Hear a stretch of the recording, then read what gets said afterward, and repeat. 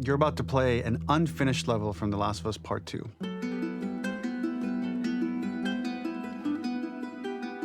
The reason we added this section is there are a few sequences, and we picked the 3 of the best ones, that we cut from the game. Often we build a game that's much bigger than what ends up being the final product.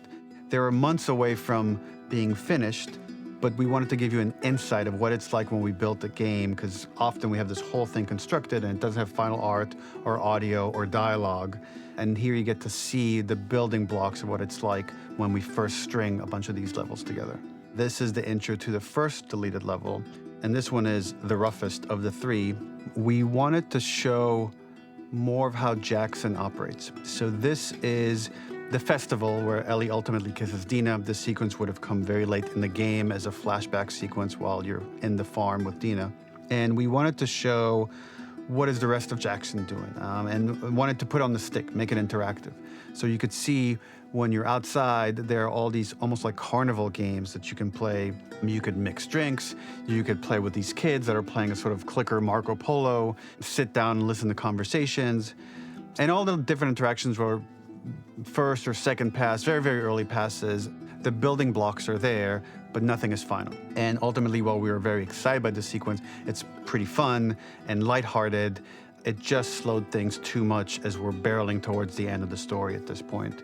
So again, reminder, rough, missing audio, missing animation, missing gameplay tweaks, missing dialogue, but pretty representative of what it would have been. So enjoy.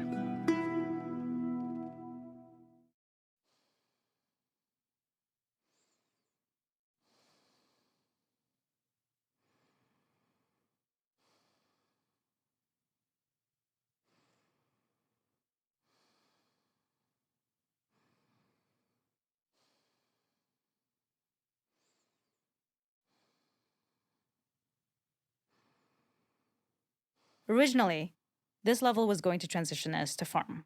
We would go all the way through to the dance, where Ellie and Dina share their first kiss.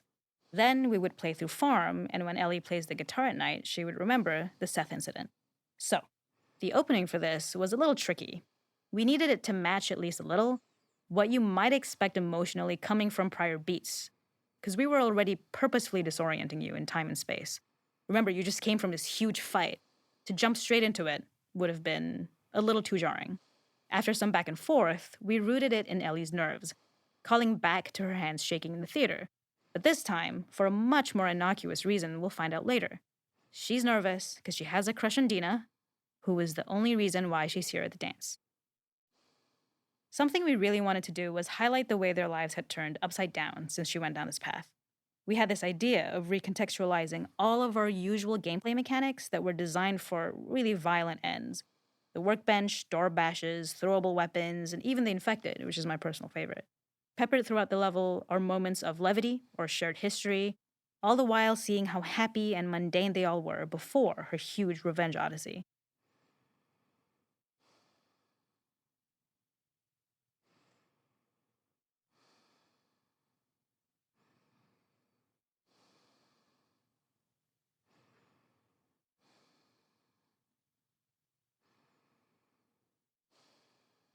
It is not a festival without one of these throwing games.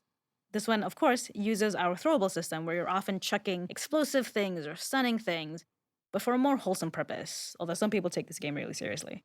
A fun aspect of this is if you did well, you could win a toy here. Ellie would place it in her pocket. If you had done this, you'd find the toy with JJ, the baby, later back at the farm. When we cut this, the toy made it through anyway because it was so cute. It is the same one you see on the tractor at the farm. Ollie the elephant.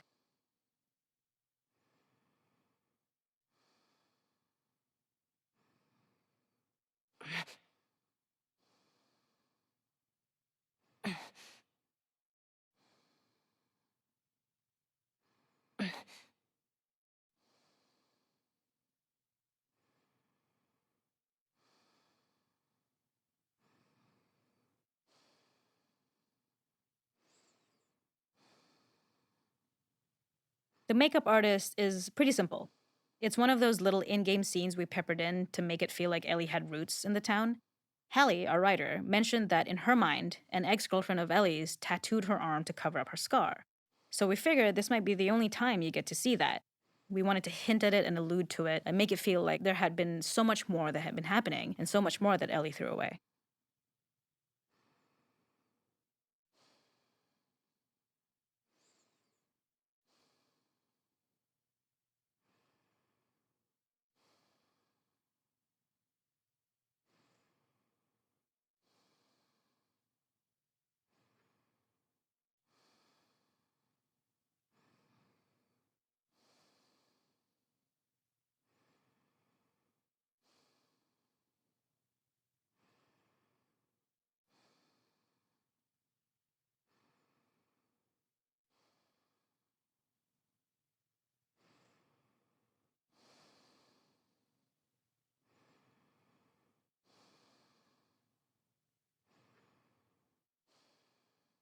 We use our workbench a lot to make a lot of things that kill and maim and hurt people.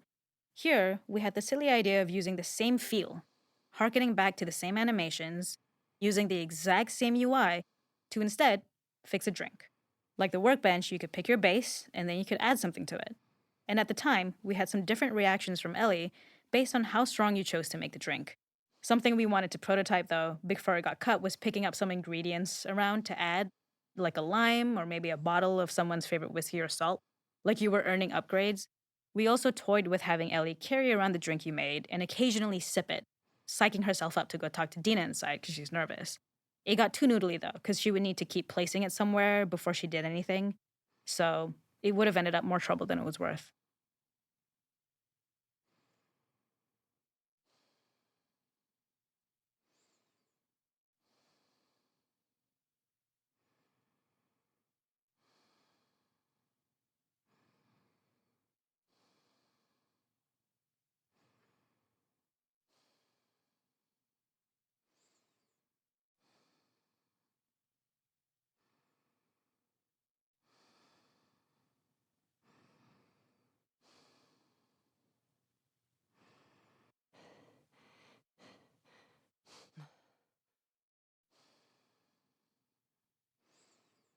This is one of my favorite sections because I think that it achieves both the slice of life aspect of Jackson while also being a stark reminder of how dark the world that they live in really, really is. To attract attention and curiosity, one of the kids was supposed to make this adorable, messed up little clicker impression, and the others would giggle. We tried a version where if you got close enough, the kid might try and follow you a little before turning back. Since clickers are blind and move by echolocation, for this game of messed up tag, Ellie must close her eyes and listen for when the children give themselves away. The thought was that these kids are in relative safety. They still grow up with the dangers of clickers and runners, and all those lessons would embed themselves in the games that they play. When the festival got cut, they tried to preserve this moment and move it to the front of the game where the snowball fight is, as a tutorial. However, being in the headspace of a clicker doesn't really teach you how to deal with them. Eventually, it evolved, and they instead made the snowball fight, which was, I think, way more effective. For me, it's character illuminating that not only does Ellie know this game, she plays along. There's a familiarity with the kids that's really nice to see, especially because it's such a difference from the Ellie we see later, who has a sort of hollow normalcy that she's trying to get with JJ, but kind of fails.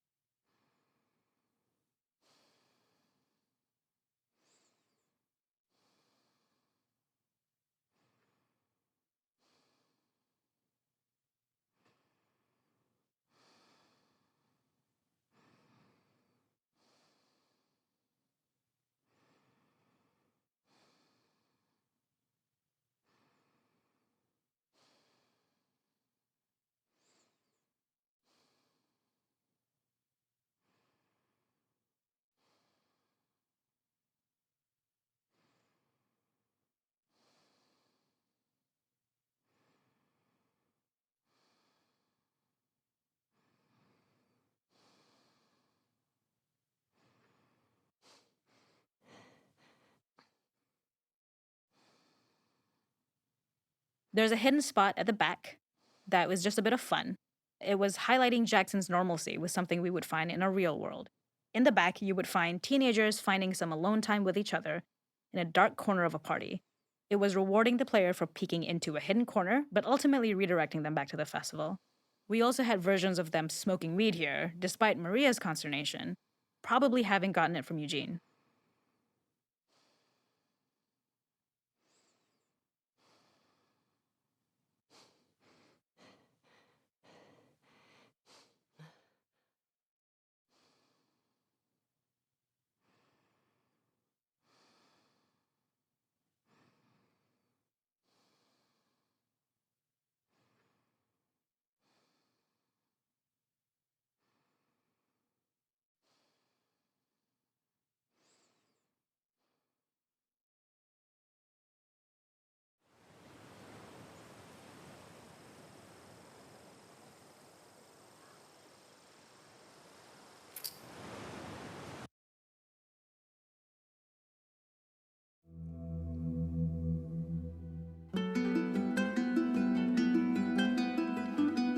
In this second deleted level, which is an extended sequence of the sewers in Seattle, this comes on the heels of where Ellie goes into a building and she survives an attack by stalkers and gets thrown out of a window and gets swept away by the current. And then we cut this section that used to be there in the final game. Now you will get to play it. So this was a way to get a bit more interesting puzzles, interesting traversal, figure out how Ellie can navigate the sewers with the fighting current. Ultimately, with a lot of these levels and these sequences, the reason why we cut them were for pacing purposes. But here it is for you in this very kind of raw form that part of it will feel finished, parts of it will feel like assets are missing as far as audio, animation won't be final. But it's a glimpse into what a game looks like when it's months away from finishing. Enjoy.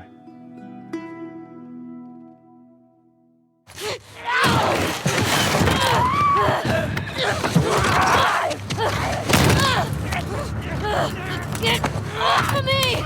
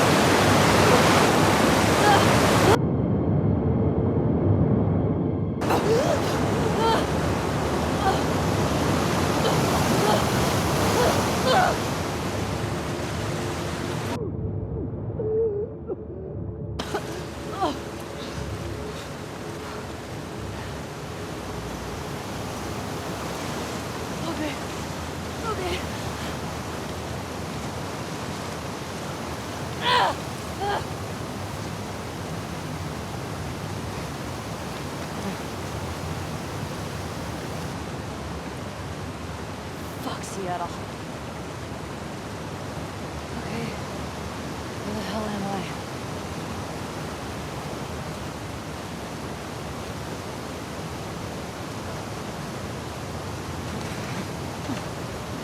The ladder acts as an immediate goal for the player, but being able to climb out is not going to be so easy.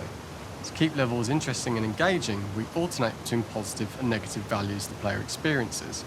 Here, it's a positive to have found a ladder, but then a negative to discover it's not the solution. But then another positive to identify the next short-term goal of the doorway. By alternating between these opposing values, we give players what they expect, but not how they expect it.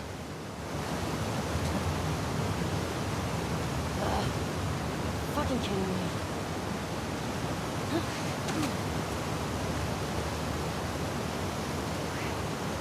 Okay. There's gotta be another way out.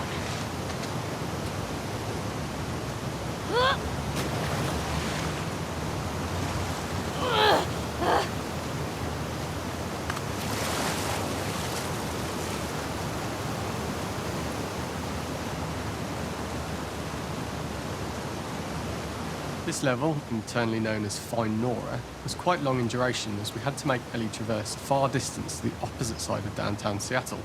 The sewer section was originally longer than what we released the game with, approximately 10 minutes more. This was one of the few areas of the game that used water flow as part of a traversal puzzle. The player has to go upstream to use the current to get to the platform to reach the other side. We mostly cut this mechanic game-wide, however it remained in essence in the section swimming to the aquarium as Ellie when you were avoiding the waves.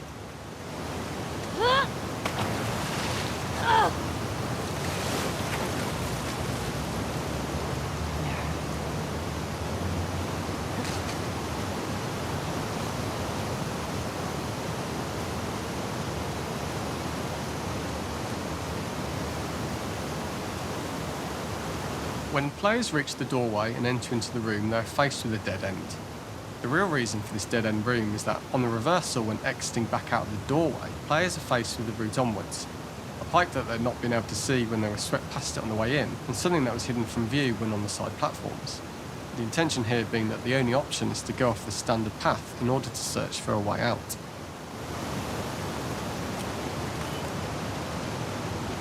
What have we got here?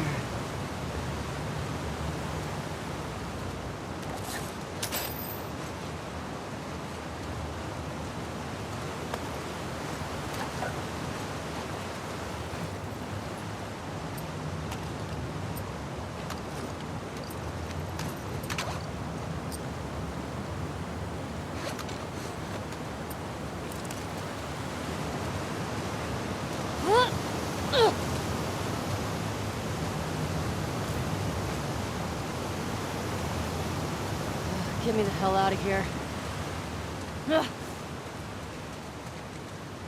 Throughout the rest of the level, we also used light to indicate to the player that they were heading in the right direction. At each turn, however, we blocked the direct route forward. Players would know that they just have to keep finding alternative paths, promoting those feelings of being desperate and trapped. We slowly introduced the player to consider climbing into smaller pipes and crouching in these tight spaces. This is to slowly build up to, and encourage, the player to climb into such a small pipe that they'd have to be crawling on their stomach, which is something that the player previously may not have recognised as a playable space, let alone the desired route they need to take.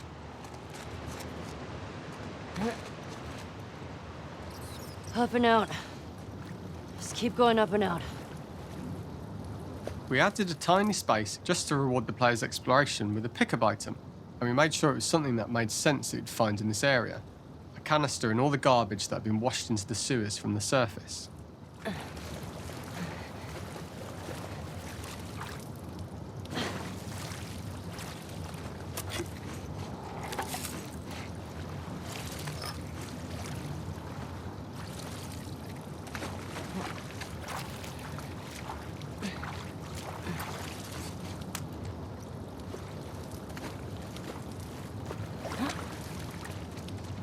We loved the idea of making Ellie prone through a tiny, dirty pipe in order to get out, as it was a great opportunity to use our prone mechanic.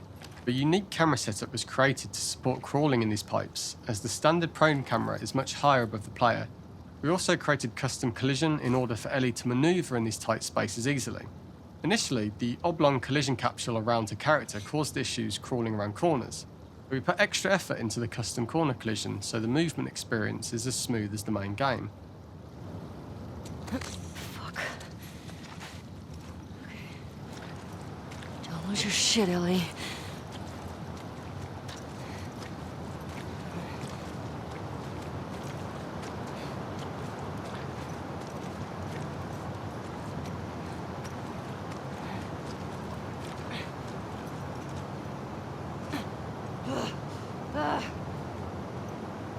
In order for the player to feel cramped, claustrophobic and desperate, we'd been enforcing the traversal mechanics that allow for a tight environment which promote these feelings. We introduced the use of the squeeze-through so that we can keep the player feeling enclosed and tight, but without repeating the same geometry. Here we change from low ceilings with wider walls to high ceilings and tight walls to change up the spatial pacing and keep the level from repeating itself.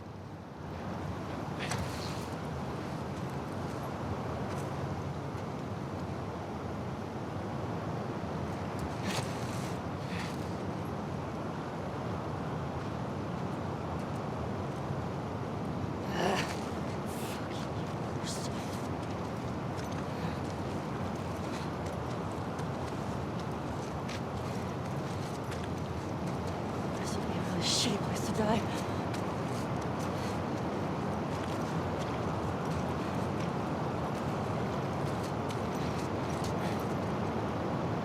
Originally, we had the waterline much higher here, so players had to swim through this tight tunnel. However, from watching user test feedback, it was occasionally causing people to discount the route entirely and turn back on themselves. So to avoid any risk of this happening in the final game, we present a lower water level so the tunnel is easy to see and commit to using. Although this isn't as impactful without the prone swim, it's the better decision as it means a smoother experience for the player with no backtracking frustration.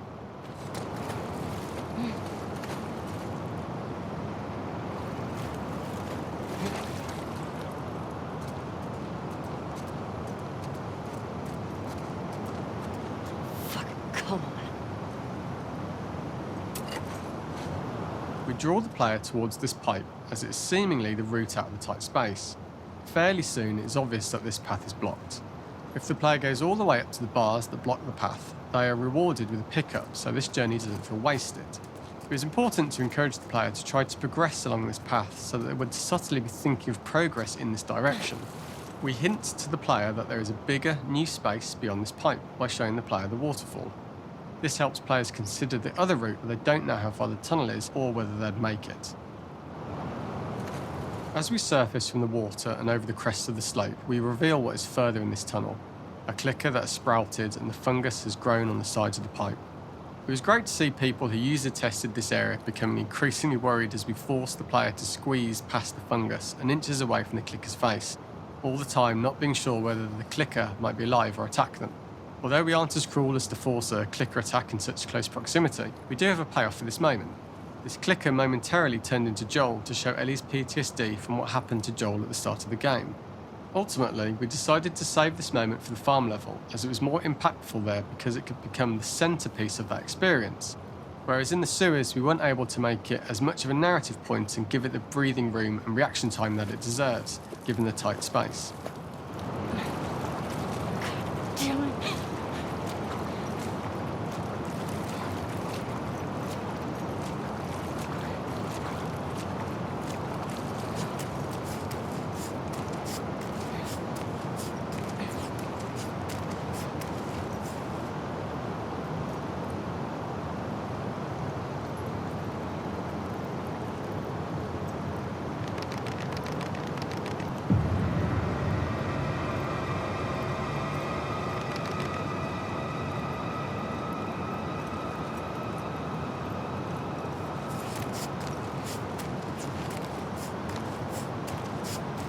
Oh, shit!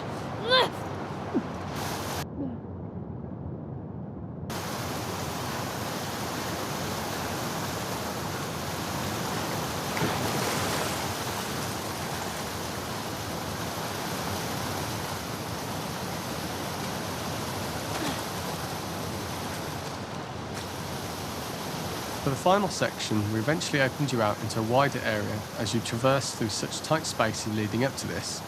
So changing the environmental pacing makes it begin to feel like we're coming to the end of Ellie's ordeal.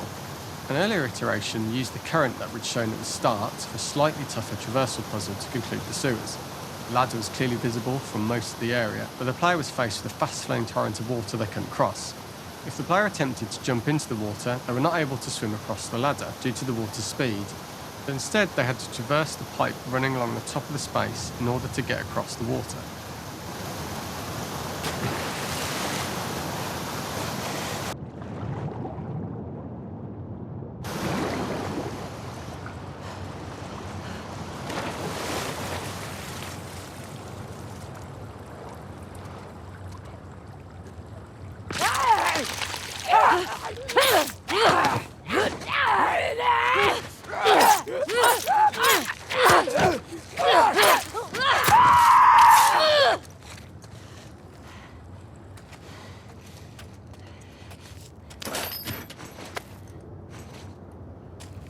Right.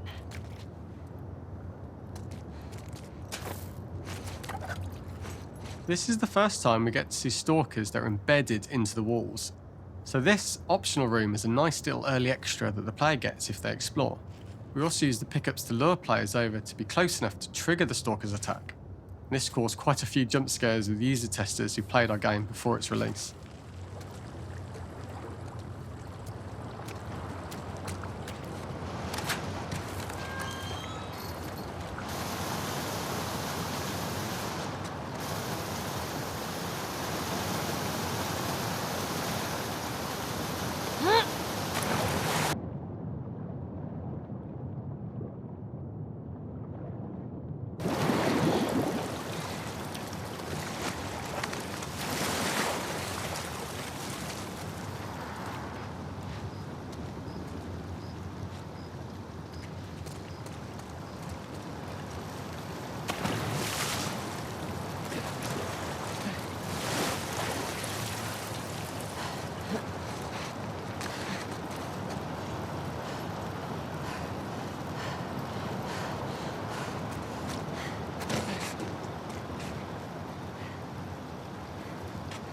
Using this pipe was retained in the iteration we shipped with, as it's the last of the extreme methods Ellie has to undergo in order to escape the sewers, and what she will go through in her pursuit of revenge.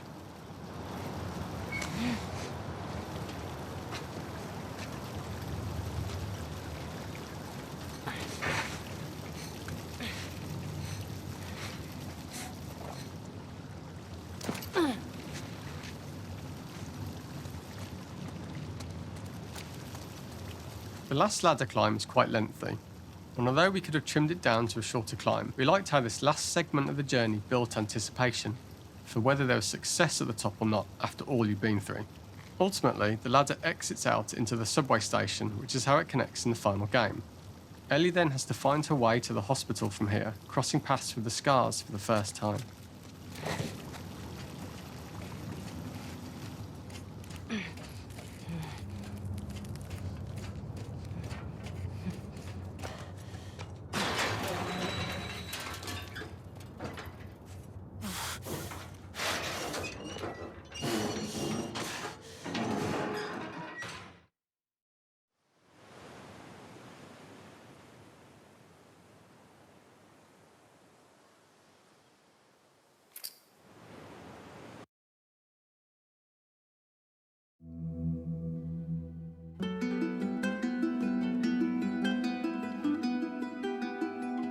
For this third and final deleted level, what we call the boar hunt sequence, this was a sequence pretty late in the game. It was right after the whole Seattle Abby sequence where Abby spares Ellie.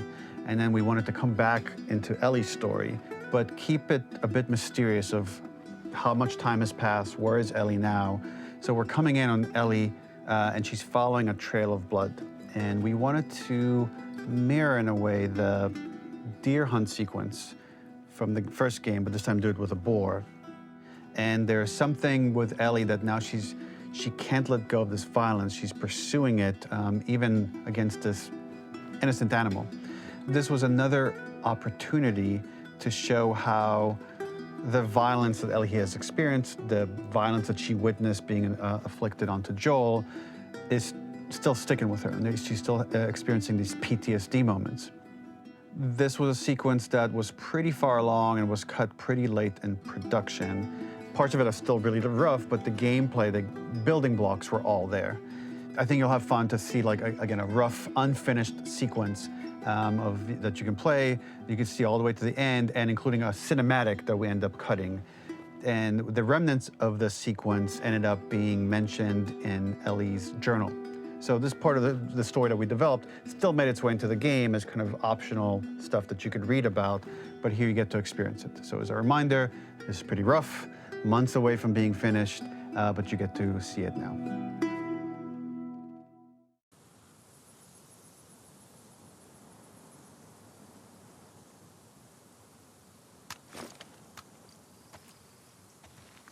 Where are you?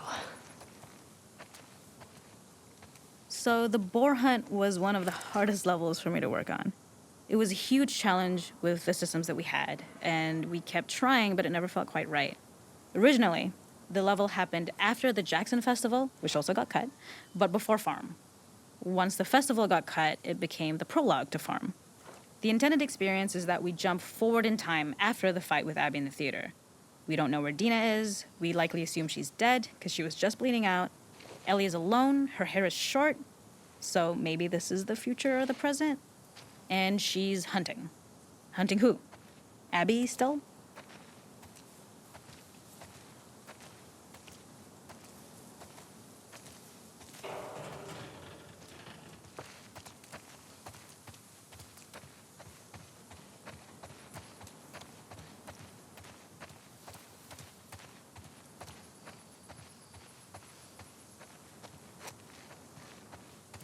I'd lose it.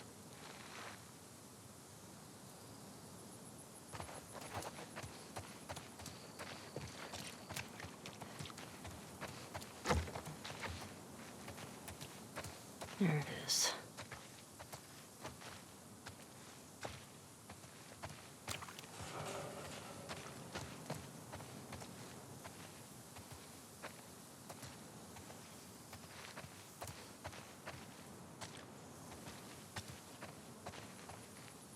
In early iterations of the fight, it was more arena-like.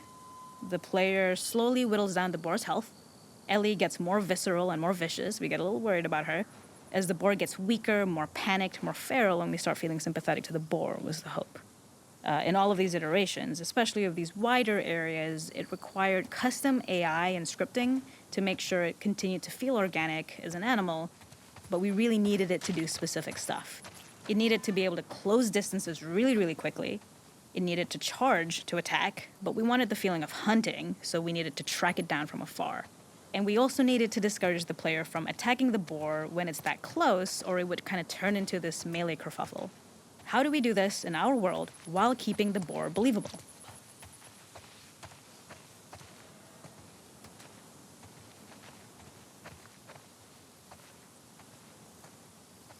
We must have gone through 5 or 6 iterations of the boar fight and all, and every single time it changed pretty drastically. We split it into clear phases, where one was like all long range. We tried another where you're getting close and you get the jump on it quite literally. You're jumping off of a rock to attack it. And then finally, we tried a bunch where you almost sort of go around a bunch of trailers and try and wrestle it.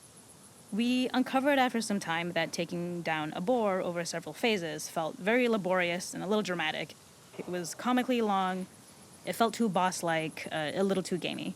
We decided to cut the first few phases, and we opted for a cold open after the boar had already been hurt off screen. So that allowed us to focus on feeling like we're closing in on prey and to introduce the boar when it was at its most dangerous. Already hurt, already feral, much too close for comfort. And so the thinking was it would bring us more into Ellie's mindset. Is this really hunting for food, or is she hunting for some other reason? Gotcha.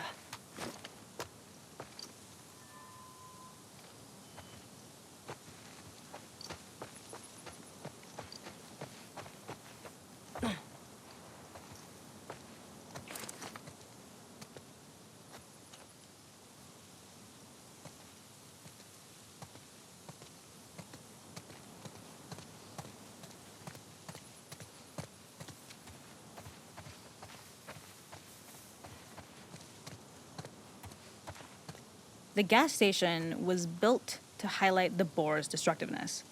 Since it's cramped, the boar feels larger. We also feel trapped with it, though perhaps it's trapped with us. When it charges, it gets to us quickly, so we must be on our toes. This made it more aligned with Ellie's sort of hunting for trouble mindset. Listening became more important, as well as moving around slowly so it didn't hear you. Could you spot it before it saw or heard you?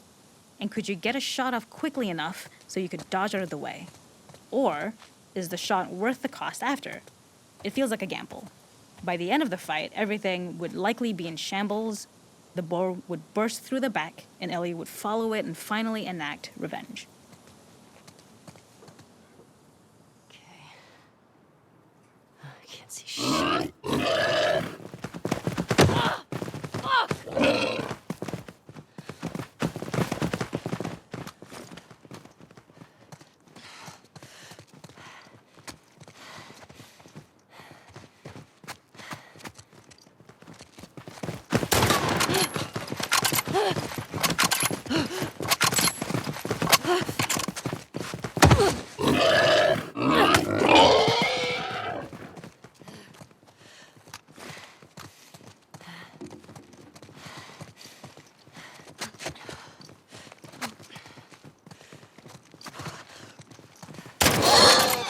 Got you. It's over. Nowhere to run.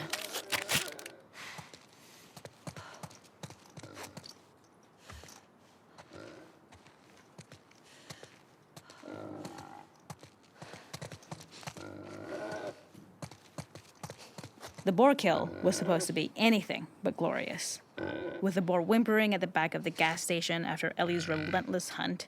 After this, hearing the drone that we kind of come to associate with Ellie's trauma, we would hard cut to the stream where she's washing her hands and holding rabbits that she hunted, about to return to Dina. And there would be no mention of the boar.